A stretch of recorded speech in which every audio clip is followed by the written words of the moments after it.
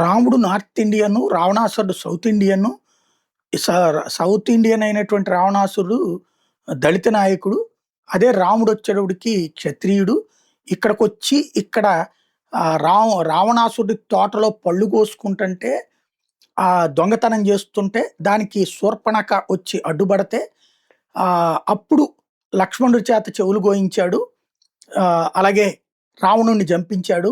ఇది చరిత్ర అంటూ ఏదైతే మన ప్రకాష్ రాజ్ చెప్పినటువంటిది.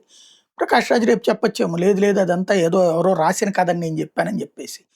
అది నువ్వెందుకు మాట్లాడుతున్నావు? ఆ రాసినోడే వెధవ అనుకుందాం. నువ్వెందుకు మాట్లాడుతున్నావు?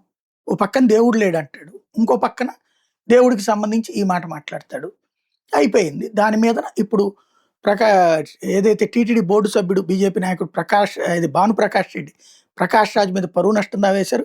హిందువుల మనోభావాలు కించపరిచేలా ప్రకాష్ రాజ్ వ్యాఖ్యలు చేశారని హిందువులకు ప్రకాష్ రాజ్ బహిరంగ క్షమాపణ చెప్పాలని డిమాండ్ చేశారు. నాకు అర్థం కానిది ఏంటంటే, ఒక పవన్ కళ్యాణ్ని వెటకారం చేశారని రాష్ట్ర వ్యాప్తంగా అనేక చోట్ల కేసులు పెట్టారు.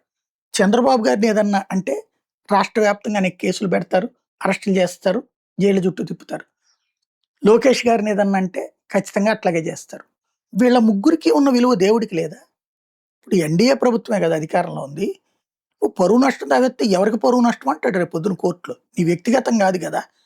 దేవుడికి పరువు నష్టం అనేటటువంటి దేవుడు వేయాలంటారు రేపు పొద్దున కోర్టులో కూడా. మనం చేయాల్సింది ఏంటి? రాష్ట్ర వ్యాప్తంగా కేసులు పెట్టాలి కదా. మనోభావాలకు సంబంధించి దేశవ్యాప్తంగా కేసులు పెట్టాలి కదా. లేదా కోర్టు చెప్పినట్టు ఒక కేసుని మెయిన్గా తీసుకుని మిగతా వాటిని సాక్ష్యం కిందనైనా పరిగణిస్తారు కదా. ప్రభుత్వం ఎందుకు కేసు పెట్టదు? పోనీ అధికార పక్ష నేతలు కేసు పెట్టి ప్రభుత్వం మందే ఉంది కాబట్టి ఎందుకు ఇన్ఫ్లుయెన్స్ చేయకూడదు? జస్ట్ ప్రచారం కోసం కాకుండా నిజంగా చిత్తశుద్ధి ఉంటే ఏమైనా చేయొచ్చు. మన నాయకుల కంటే దేవుడి విలువ తగ్గిందా, లేకపోతే దేవుడి విషయంలో మనం అంత సీరియస్గా లేమా? ఇది కూటమిలో ఆలోచించుకోవాల్సింది.